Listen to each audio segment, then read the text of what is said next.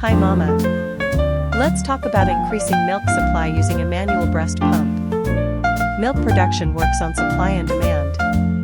The more milk removed, the more milk your body produces. If you feel your supply is low, try pumping for 10 to 15 minutes after each feeding. Even if little milk comes out at first, the stimulation matters.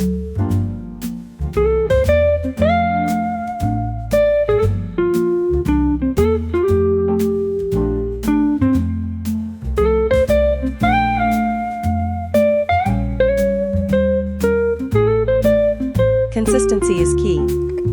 Pump at the same times daily.